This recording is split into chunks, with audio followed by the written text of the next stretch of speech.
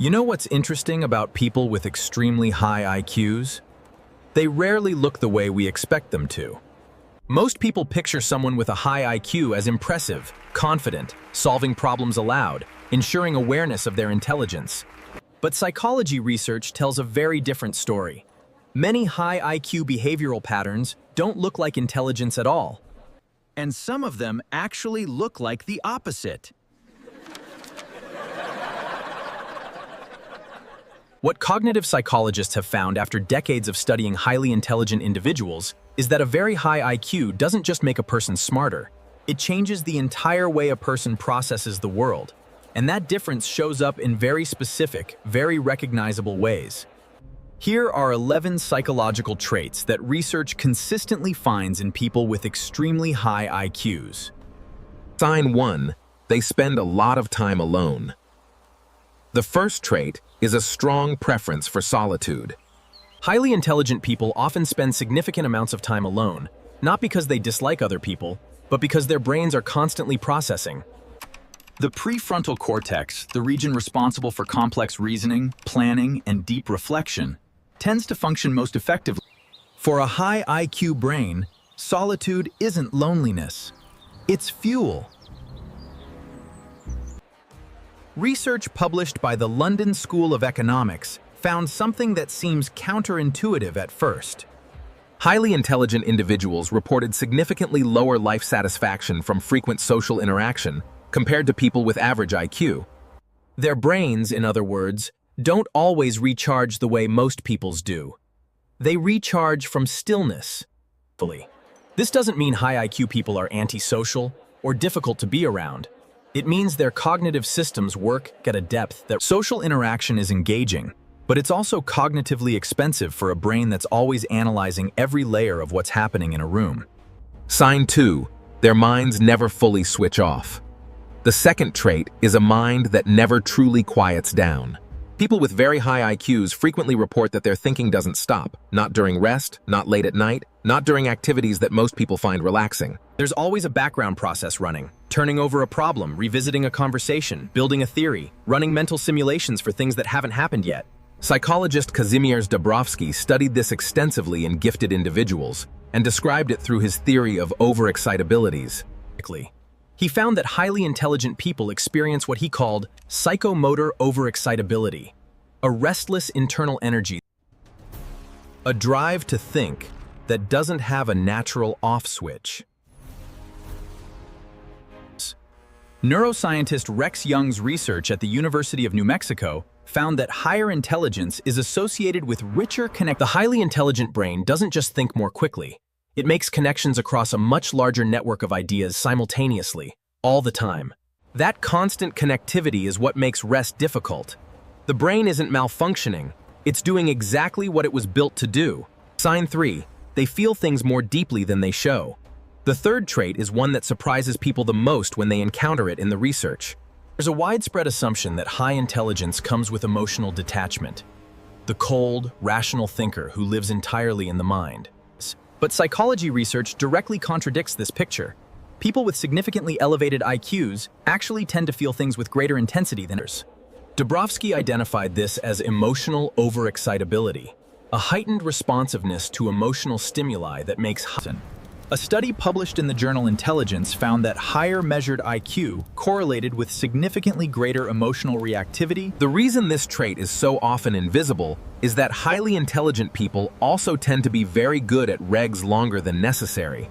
Sign 4. They're comfortable saying, "I don't know." The fourth trait is intellectual humility. This one surprises people because we tend to assume high intelligence produces high confidence. But psychology research consistently shows the opposite pattern. People with very high IQs are far more likely to acknowledge the limits of their knowledge than people with average IQs. And they do it genuinely, not as a social performance. This connects directly to the Dunning-Kruger effect, the well-documented finding that lower competence often produces overconfidence because highly intelligent people, by contrast, understand that complexity intimately. They've thought deeply enough and encountered. So when a high IQ person says, "I don't know," it's not hesitation, it's precision. and it's one of the most reliable markers of genuine intelligence that psychology has identified. The person who holds every opinion. Sign 5, they struggle to find people who think at their level. The fifth trait is one that highly intelligent people rarely talk about openly, but that research shows is nearly universal among them. They find it genuinely difficult to find people they can fully connect with intellectually, not because they believe they're superior to others, but because leave them feeling a very specific kind of understimulated. The experience of a mind that can't find sufficient challenge or depth in its immediate environment. What she observed wasn't arrogance, it was a quiet longing for real conversation. For someone who could follow them all the way to the bottom of an idea without needing to turn back. The result is that highly intelligent people sometimes appear aloof or distant, not because they lack social ability. So they hold back, they calibrate themselves down, and a lot of who they actually are never enters the room at all. Sign 6. They change their minds when the evidence changes. The sixth trait is cognitive flexibility. Highly intelligent people tend to treat beliefs as working theories rather than fixed identities. When new information appears, their brain updates the model. They don't experience changing their mind as a threat to who they are. They experience it as accuracy. In psychology, this is called cognitive flexibility, and it's one of the most consistent markers of advanced problem-solving ability.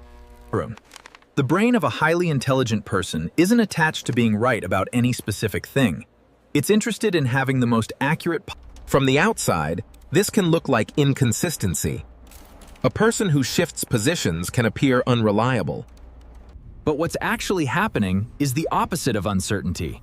It's a mind running a continuous, honest update process. The people who never change their minds, regardless of new evidence, are almost never the most intelligent people in the room. Sign 7. They observe far more than they say. The seventh trait is a preference for observation over expression. In conversations and group settings, highly intelligent people often default to watching before speaking. They listen to what isn't being said as much as to what is. They pick up on the patterns in social dynamics, who defers to whom, where the real tension is, what the conversation is actually. Research on social intelligence and general cognitive ability consistently shows that higher IQ correlates with greater accuracy in reading social cues and emotional signals. But it also means high IQ individuals often need more time to process what they're observing before they respond. They're not slower thinkers, they're gathering more data first. This creates a frustrating and common misread. The quiet, observing person is frequently assumed to have the least to contribute. In reality, they're often the one with the most complete picture of what's actually happening. Sign 8, they procrastinate hardest on the work that matters most. The eighth trait is one that highly intelligent people often find deeply confusing about themselves. The projects with the most personal meaning, the work with the greatest potential, are frequently the hardest to begin. Smaller, lower-stakes tasks get done with ease. The work that could genuinely represent their full capability seems to live permanently at the edge of starting. Researchers studying high cognitive ability individuals found that this pattern isn't laziness. It's a form of what they called complexity awareness. Before beginning a significant piece of work, a high IQ brain psychologist Carol Dweck's research identified this as particularly common in gifted individuals. A fear not of failure. The procrastination isn't an absence of care, it's the presence of too much of it. The work that never starts is almost always the work that matters the most. Sign 9, they get bored, faster than almost anyone around them. The ninth trait is a low tolerance for repetition and a constant need for novelty. Highly intelligent people tend to habituate quickly, meaning they need more novel input to maintain the same level of engagement that most people get from familiar routines. Not just in obvious situations like slow meetings or repetitive tasks. At a neurological level, the stimulus that satisfied yesterday doesn't satisfy at the same level today.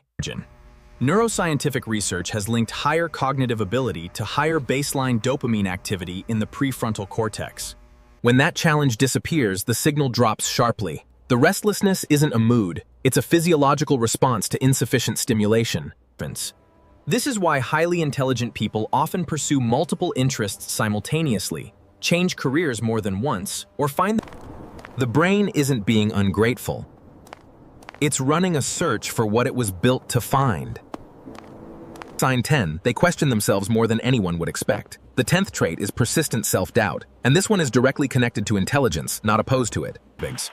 People with very high IQs often experience a degree of internal uncertainty that the people around them would find hard to believe. Not because they're fragile, because they understand complexity too well to feel entirely certain about anything.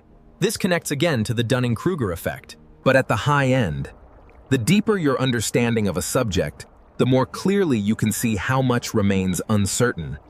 Yes. The more you know, the more accurately you can see everything you don't know. Intelligence doesn't produce certainty. It produces a more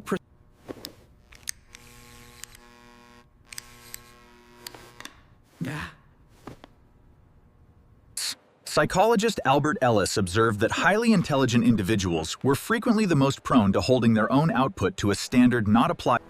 The doubt isn't a sign of lesser intelligence. It's often the most reliable signature of a greater one. Sign 11, they carry a quiet sense of not quite belonging. And the 11th trait is the one that ties all the others together. Highly intelligent people frequently report a quiet but persistent sense of not quite fitting. In their social groups, their professions, sometimes in the world at large. Not a dramatic alienation, a subtle, ongoing awareness of being slightly out of sync with the immediate environment around them. This isn't a personality disorder or a social deficiency. It's the predictable result of experiencing the world at a different level of resolution than most of the people around you. When your brain processes more, connects more, feels more intensely, and requires more depth than the environment consistently. Not because something went wrong, but because something works differently. Psychologist Mihaly Csikszentmihalyi, whose decades of research on creativity and exceptional minds remain among the most important in not because they were uniquely suffering, but because they were experiencing life at a level of detail that most people around them weren't. And living at that resolution changes what you notice, what you need, and what ordinary life is capable of giving you. What's interesting about all 12 of these traits is how consistently they're misread. The person who needs solitude looks antisocial. The one who doubts themselves looks uncertain. The one who doesn't quite fit anywhere looks difficult. But sometimes what looks like a At its core, a very high IQ isn't just about knowing more or thinking faster. It's about experience. If this video described you today, leave a comment with the trait that felt most accurate. I read every single one. And if it gave language to something you've been carrying quietly for a long time, share it with someone who might need to hear it. I'm Turnwiser. Don't forget to subscribe so you won't miss the next video. Goodbye, and see you next time.